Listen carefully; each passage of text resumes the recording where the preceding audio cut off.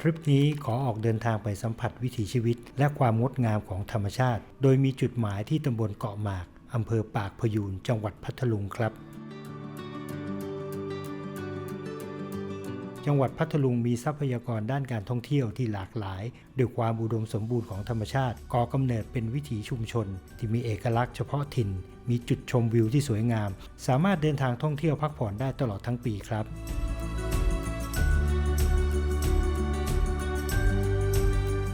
เกาะหมากตั้งอยู่ท่ามกลางทะเลสาบโดยพื้นที่ส่วนใหญ่เป็นพื้นที่ราบเชิงเขาและมีพื้นที่ชุ่มน้ำปกคลุมไปด้วยต้นไม้ชุ่มน้ำนานาพันธุ์ถ้าชอบการท่องเที่ยวธรรมชาติที่สวยงามที่นี่ตอบโจทย์ครับ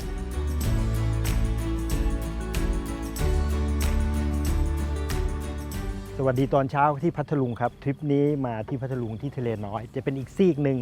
ที่มันจะมีอะไรหลายๆอย่างที่เป็นเส้นทางแอดเวนเจอร์แล้วก็นัดกับน้องคนหนึ่งไว้น้องคิมเนี่ยเป็นคนพื้นถิ่นของที่นี่แล้วก็จะมีเรื่องราวมากมายในการบุกเข้าไปดูในซอกเล็กซอกน้อยของทะเลน้อยของที่นี่คิมครับนี่น้องคิมครับทริปนี้น้องคิมจะพาผมออกไปเดี๋ยวเราจะไปเก็บอวนครับตอนเช้าครับนะฮะพร้อมไหมครับ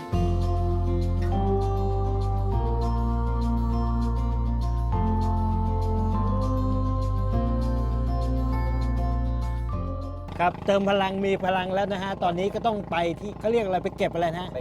คนในพื้นที่เรียกว่าเก็บกัดนี่ก็คือเก็บอวนใช่ครับเป็นอุปกรณ์ประมงทางภาคกลางเรียกอวนแต่ทางนี้เรียกกัดก็คือกัดเลยใช่ครับกออาดอกัดเลยครับกอกัดเลยงั้นไปกัดเลยดีกว่าครับไปเก็บกัดเลยครับ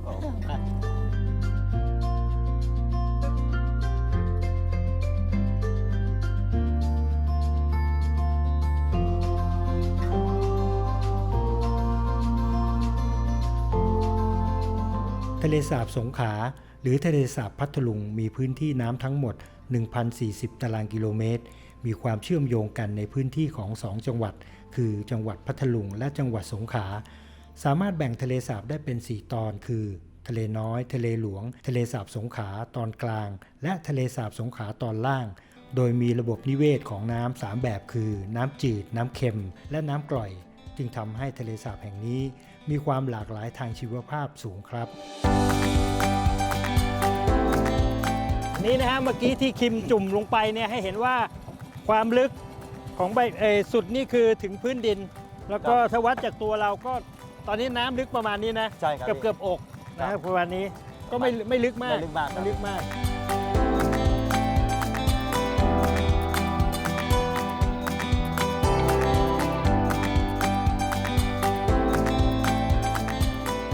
คือตอนนี้ที่เราต้องค่อยๆเข็นเรือเข้าไปเพราะว่าข้างหน้าเนี่ยเขากำลังเก็บกัดกันอยู่ประมงชายฝั่งของที่นี่ก็คือประมงท้องถิ่นของชาวบ้านที่นี่ใครๆแถวๆหมู่บ้านแถวๆนี้รอบๆทะเลสาบสงขลาตอนกลางเนี่ยทุกคนก็ทำประมงท้องถิ่นนะฮะคุณก็ออกมา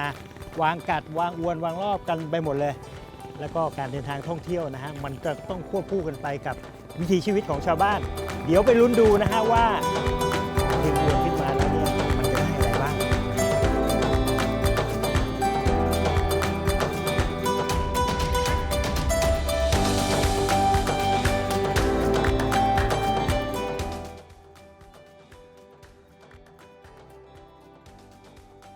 คือกุ้งเนี่ยที่ได้ขึ้นมาเนี่ยมันมีช่วงของฤดูกาลด้วยนะฮะไม่งั้นเดี๋ยวว่า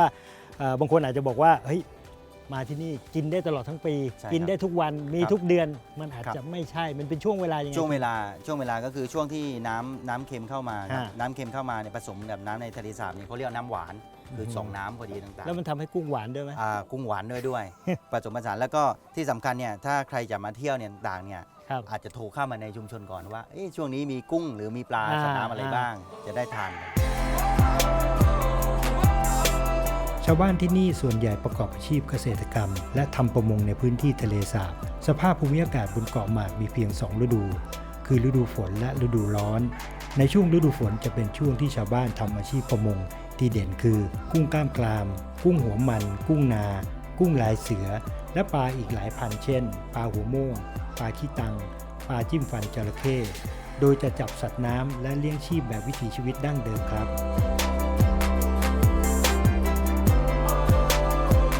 ในพื้นที่ทะเลสาบมีเกาะทั้งหมด5เกาะได้แก่เกาะหมากเกาะนางคำเกาะกระเกาะ4เกาะ5และเกาะลาบแต่เกาะที่ผมกำลังจะเดินทางไปคือเกาะคำเหียงครับ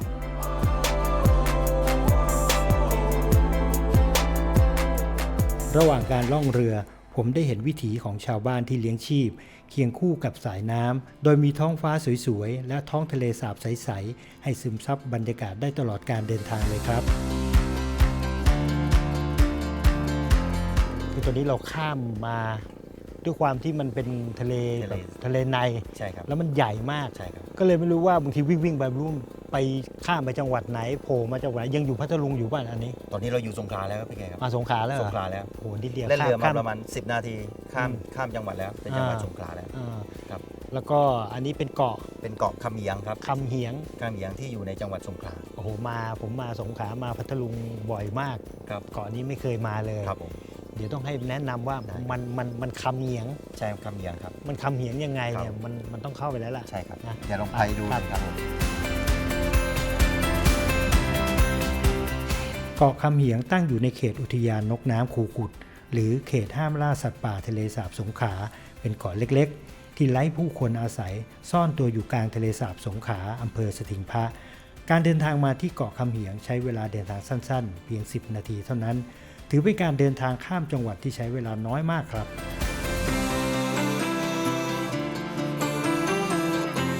ภายในเกาะคำเหียงมีสิ่งน่าสนใจผาม่านไม้ที่เกิดจากรากไม้บนหน้าผายาวลงมาสู่ข้างล่างที่มองดูแล้วเหมือนม่านที่ปิดหน้าผาไว้ดูสวยงามและแปลกตามากครับ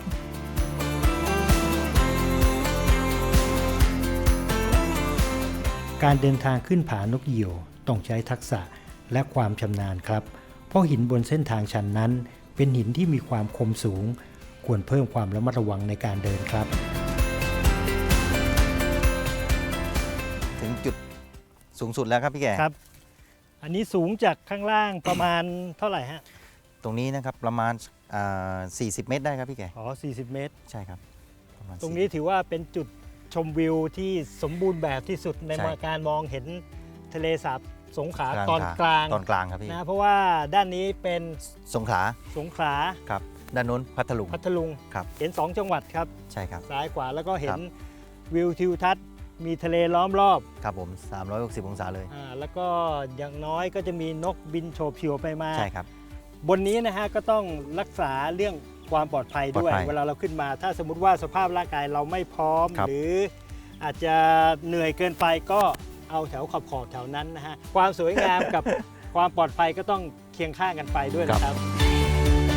ชมวิว 360 องศาบนจุดสูงสุดของเกาะคำเหียง สามารถมองทะเลได้แบบรอบทิศเลยครับ ในขณะที่กำลังชมวิวอยู่นั้น จะมีนกเหยี่ยวเจ้าถิ่น บินวนไปมาอยู่รอบๆเสมือนรอคอยต้อนรับนักท่องเที่ยวทุกคนที่มาเยือนท่ามกลางบรรยากาศอันเงียบสงบของเกาะแห่งนี้ครับ วันนี้ผมกับน้องคิมมีภารกิจร่วมกันทำบ้านปลากับชาวบ้านและเด็กๆในชุมชนครับ โดยใช้วัสดุท้องถิ่นที่หาได้ง่าย อย่างกิ่งและลำต้นของต้นเสม็ดมาทำบ้านปลา เพื่อเป็นที่อนุบาลสัตว์น้ำวัยอ่อน ซึ่งชาวบ้านที่นี่ทำกันเป็นประจำเฉลี่ย2 สัปดาห์ต่อ1หลังครับ นี้นะครับคือมันเป็นวิถีของชาวบ้านใช่ไหมคิม กิจกรรมท่องเที่ยวอย่างรับผิดชอบครับ ท่องเที่ยวรับผิดชอบก็คือการสร้างบ้านปลานะฮะสร้างบ้านให้ปลาเข้ามาอยู่ ครับ นะเป็นการเขาเรียกรักษาวิถีชีวิต วิถีชีวิตก็คือ ของ เหมือน ของสัตว์น้ำของ ใช่ ปลา ของ ใช่ไหม ปลา ฮะ เพราะว่าเหมือนกิจกรรมที่ท่องเที่ยวเนี่ยนักท่องเที่ยวที่เข้าในชุมชนของเราเนี่ยก็คือต้องมีส่วนร่วมในการรับผิดชอบกิจกรรมท่องเที่ยวของตัวเอง อืม โดยการสร้างบ้านปลา หรือว่าปล่อยพันธุ์ลูกกุ้งที่เราเพาะเลี้ยงครับ อืม ถึงวันนี้เรามีกิจกรรมเรามีเวลา ฮะ เราก็มาทำร่วมทำบ้านปลากับชุมชน เพื่อ ใช่ รับผิดชอบในกิจกรรมท่องเที่ยวของเรา คือระยะเนี่ยเขาจะวางเป็นระยะประมาณ4 เมตร 4 เมตร ครับ แล้วก็ทำเป็นสี่เหลี่ยม ใช่ครับ คอกสี่เหลี่ยมเสร็จปุ๊บผูกเชือกก่อน ผูกเชือกเพื่อไม่ให้พัดออก เอา ไป ไม่ให้พัดออกไปคือ อุปกรณ์ของชาวบ้านครับ คือล็อกไว้ ล็อก ผูกเชือก ล็ ล็ อ อก ก ไว้ ไว้ไม่ให้เสามันลอยไปแล้วก็ ต่อ เอา ไป กิ่ง เอากิ่งไม้มาปักกิ่งไม้ อ๋อ นี่เราก็จะได้มาจากแถบถนนหนทาง อ๋อ บ้านเรามัน ข้าง จะ ทาง เป็นป่าเสม็ดเยอะ อืม แล้วก็ อืม เขาจะชอบงอกตามข้าง อ่า ทางมันก็เลยทำให้ชาวบ้านสัญจรยากเราก็เลยเอามาทำตรงนี้ดีกว่า อ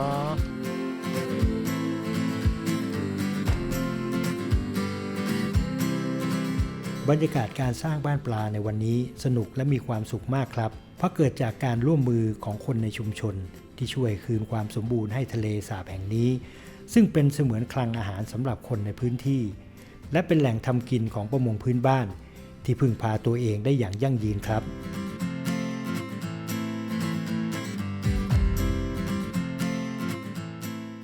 ภูมิใจมากเลยได้มีส่วนในการสร้างบ้านนะสร้างบ้านให้ปลาอยู่จะเห็นว่าตอนนี้มันเป็นรูปร่างที่ชัดเจนนะฮะเป็นซุ้มสี่เหลี่ยมเหมือนเป็นพูดง่ายๆเป็นบ้านให้ปลาอยู่โอ้โหมีความสุขมากครับพอเราทำบ้านปลาเสร็จแล้วนะฮะก็จะมีอีกกระบวนการหนึ่งก็คือเอาลูกกุ้งมาจะเห็นว่าเป็นยิบๆอยู่ในนี้ฮะนี่คือลูกกุ้งตัวเล็กมากประมาณถังนี้ประมาณ 4-5 หมื่นตัวครับ 4-5 หมื่นตัวเปอร์เซ็นต์ที่ปล่อยไปแล้วรอดประมาณ 2% ครับเพราะว่าเหมือนกุ้ง1ตัวเนี่ยจะมีไข่อยู่ที่ประมาณ 40,000 ถึง 60,000 หมื่นตัวถ้าเกิดลูกแล้วต่างๆแล้วเราเน้นปริมาณลองจินตนาการว่าถ้าเราปล่อยล้านตัวเนี่ยครับอัตราการรอดเนี่ยมันก็จะเยอะนะวิธีการปล่อยก็ต้องค่อยๆเข้าไปเนี่ยอยู่ในนี้แล้วก็ค่อยๆปิ่มน้ำไม่ใช่เทโครมเลยฮะถ้าเทโครมอะกุ้งตายมันจะนอกน้ำเราก็ค่อยปล่อยให้อุณหภูมิน้ำในพื้นที่เนี่ยเข้าไป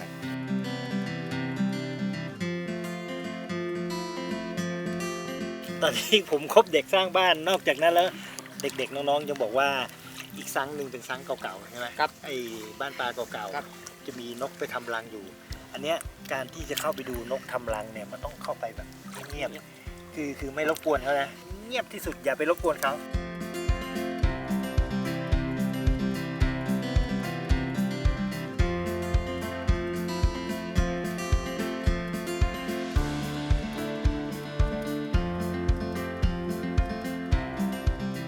นอกจากการทำบ้านปลาแล้วชุมชนบ้านแหลมกรวดในเกาะหมากยังได้สร้างธนาคารสัตว์น้ำเพื่อการท่องเที่ยวที่เปรียบเสมือนที่รับฝากท้องของบรรดาแม่ปลาและกุ้งทั้งหลายถือเป็นความร่วมมือของชาวบ้านที่มีจิตอนุรักษ์และรักษาทรัพยากรทางทะเลครับ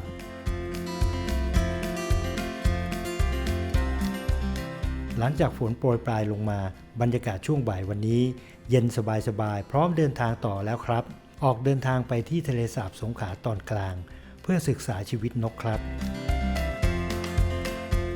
คือทุ่งเนี้ยทุ่งจาดใช่ไหมต้นจาดหรือต้นแจดครับต้นแจดไอ้ทุ่งเนี้ยที่คิมบอกใช่ไหมว่ามันมีนกเยอะๆมากๆแต่ว่ามันจะต้องใช้วิธีซุ่ม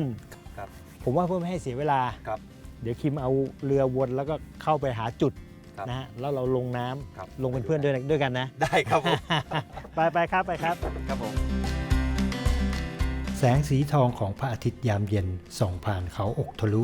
ภูเขาที่เป็นสัญลักษณ์ของจังหวัดพัทลุงเป็นความงามที่ธรรมชาติได้สร้างขึ้นมาให้ชื่นชมบรรยากาศสวยๆแบบนี้หาดูได้ยากมากครับ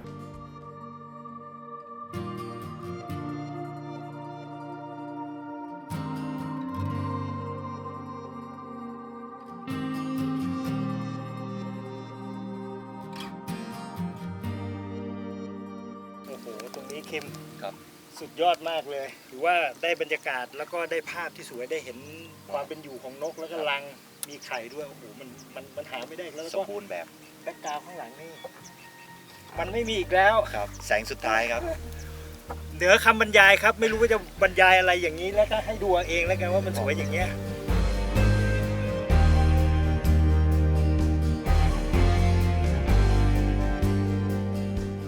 แสงอาทิตย์ยามเย็นเป็นความงดงามที่สะกดสายตาจริงๆครับ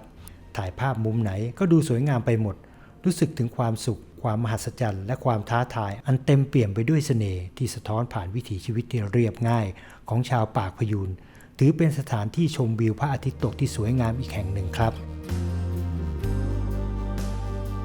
ครับวันนี้ที่เกาะหมากพัทลุงทุกสิ่งทุกอย่างตั้งแต่เช้า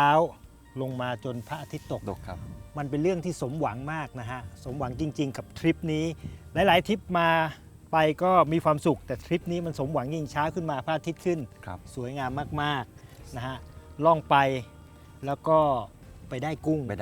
ฮะกุ้งลายเสือครับผมต้องเริ่มกินแล้วใช่ครับนะฮะใช่ครับ ตอนนี้มีกุ้งกล้ามกรามแล้วก็ กุ้งกล้ามกราม กุ้งลายเสือ กุ้งลายเสือครับ ผมขอเลือกนี่นะฮะนี่ กุ้งลายเสือเป็นกุ้งธรรมชาตินะครับพี่ กุ้งลายเสือ ครับ ที่มันอยู่ในเนี้ยที่เรา ใช่ ไปกันมาทั้งวันเนี่ย ใช่ นะครับ ฮะนี่นะครับ เนี่ยลองดูอื้อหือ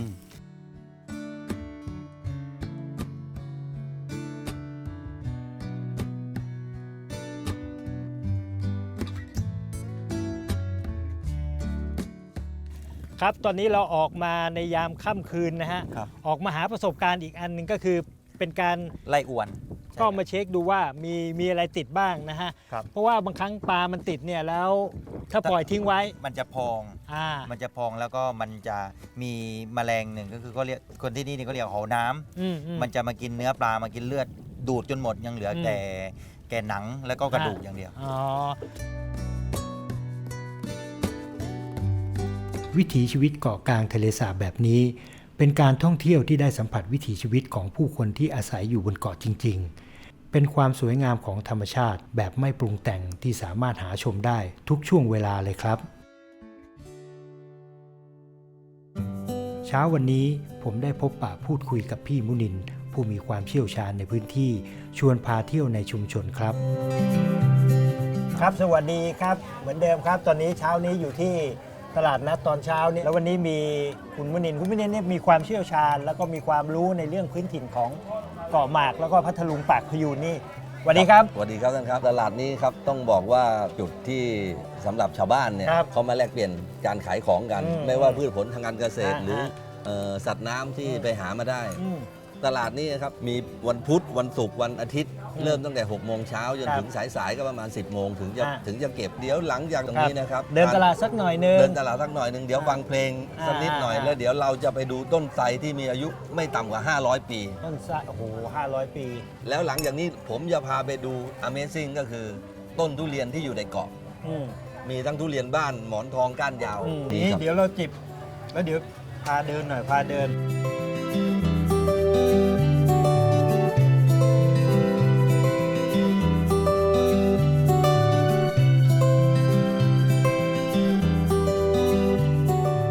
ครับเสน่ห์อย่างหนึ่งของตลาดตอนเช้าๆหรือตอนเที่ยงตอนบ่ายถ้ามันยังมีอยู่นะ ก็คือการเดินดูของนู่นนี่แล้วของพื้นถิ่น แล้วก็อีกอย่างที่ขาดไม่ได้ก็คือ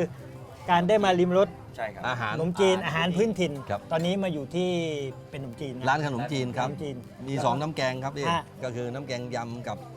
น้ำแกงเผ็ด อืม ข้อน้ำแกงย อ่า ำจานหนึงครับ คอน้ำแกงยำด้วย เออเออ ต่อไปเอาขอบคุณครับ ที่สำคัญนะครับพี่ ครับ ต้องกินกับ ไก่ ไก่ทอดครับ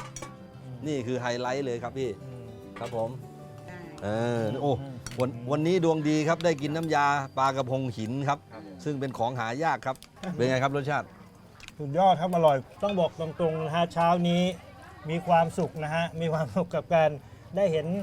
สินค้าพื้นบ้านได้เอาออกมาขาย แล้วก็มีความสุขกับการกินมาก ครับพี่ ๆ มันเป็นหลายสิ่งหลายอย่างที่เราไม่ค่อยเคยเห็น เวลาผมเดินทางเยอะแยะเนี่ยบางอย่างเนี่ยก็เลือกในสิ่งที่เป็นพื้นถิ่นเอามากิน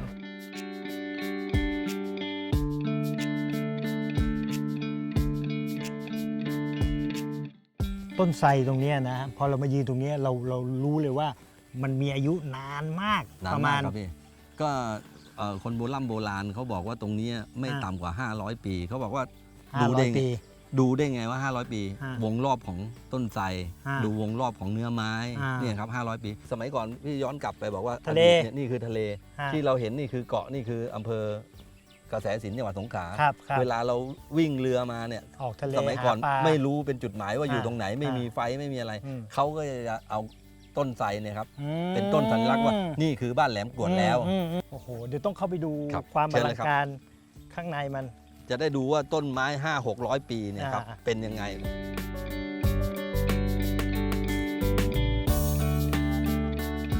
ตรงนี้นะครับ พอมาดูเห็นยืนเรียงกันหมดเนี่ยมันประมาณกี่ ค คว าน มใหญ่โตก็ อ่า คร่าวๆนะครับ 17 ถึง 18 คนโอบ ความสูงก็ประมาณเกือบ 50 เมตรครับพี่ ความ แก สูงผมว่ามันต้องสูง สูง มาก ครับ ๆ เพราะว่าอย่าลืมว่าถ้าเกิดเรา อ่า ชาวประมงชาวบ้านเนี่ยที่อยู่กลางทะเล อ่าม องกลับมาเนี่ยจะเห็นตะงานสูงเลยครับ อ่า และคนที่มาที่นี่นะครับจะมาขอเรื่องความรักควา จริ ม ง อา ป่ะ ยุยืน เมื่อปีที่แล้วนะครับทางกลุ่มและก็ทางจังหวัดร่วมจัด แต่งงานวันวาเลนไทน์นะครับวันแต่งงานตรงนี้รับจดทะเบียนตรงนี้เลย ซึ่งมีท่านรองผู้ว่าและกลุ่มเนี่ยครับมาจัดที่ผ่านมาก็จำนวนคู่บ่าวสาวก็เริ่มเยอะขึ้นด้วยก็จาก5คู่เป็น8คู่เป็นอะไรเงี้ยครับคือทุกคนมาเนี่ยเกี่ยวกับเรื่องความรักสุขภาพเนี่ยครับเพราะฉะนั้นเนี่ยผมอยากให้ทุกท่านที่ดูรายการอยากให้มาเที่ยวชมเนี่ยที่บอกว่าพบรักณหัวหินนี่เองเดี๋ยวอาจจะต้องขอพรอะไรเล็กๆน้อยๆหน่อยเพราะว่าผมเองยังรักไม่หมดยังมีขาดเล็กๆน้อยๆนิดหน่อยต้องขอนิดนึงอะไรพวกนี้นะคิดว่ากลับออกไปน่าจะประสบความสำเร็จนะครับครับผมโอ้โหงั้นเดี๋ยวเราวนซะหน่อยได้ครับเชิญเลยครับเนี่ยผมจะพาดูความใหญ่โตของคนไทย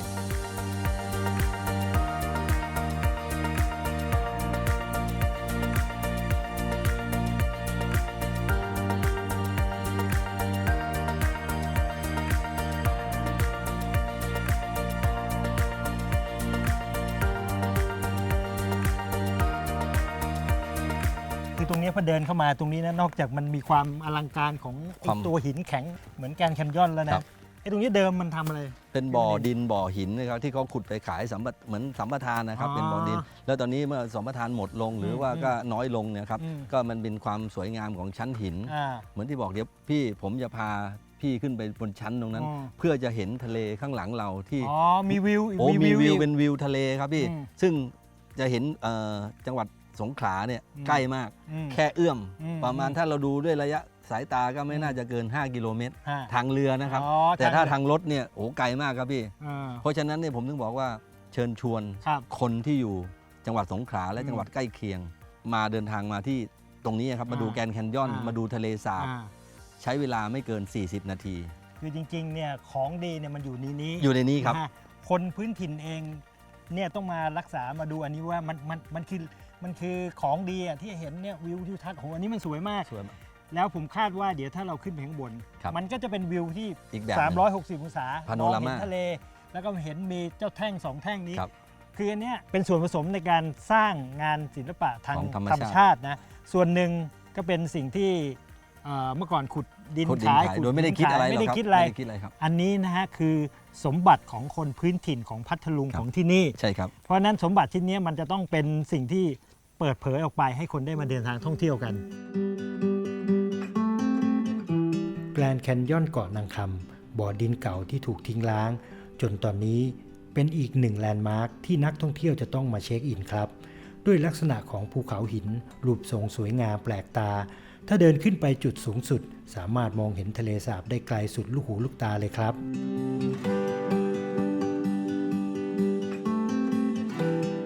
ครับตอนนี้อยู่ท่ามกลางบรรยากาศกลางสวนทุเรียนนะฮะนอกจากทุเรียนแล้วก็จะมีมังคุดและในบางสวนเนี่ยก็จะมีพริกไทยอ่อนแล้วก็มะกรูดแต่ตอนนี้สิ่งที่สำคัญที่สุดนะฮะถึงเวลาที่ทุเรียนไฮไลท์อยู่ที่ทุเรียนเรียนฉีกเลยนะฮะมีพลังมากนี่เนื้อเลยนะท่านเนี่ยโอ้โหวันนี้ขออนุญาตมุมมามหน่อยเชิญเลยครับพี่แกนี่ครับ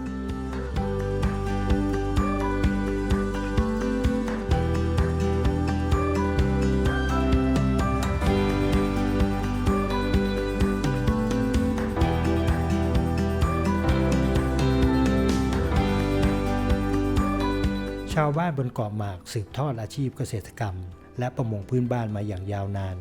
มีความเป็นอยู่ที่เรียบง่ายและใช้เครื่องมือท้องถิ่นในการทำประมงสามารถเลี้ยงชีพทุกคนในครอบครัวได้อย่างมีความสุขครับ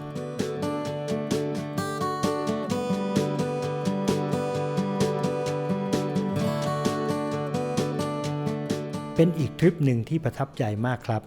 ได้ประสบการณ์และการเดินทางแบบใกล้ชิดธรรมชาติได้ชมความมหัศจรรย์ของธรรมชาติที่คาดไม่ถึง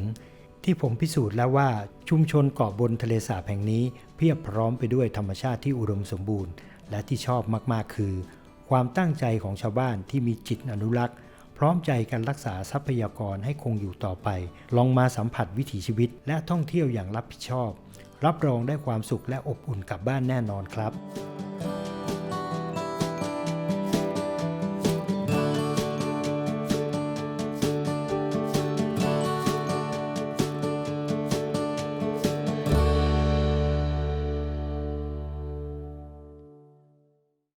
จะไปที่ไหน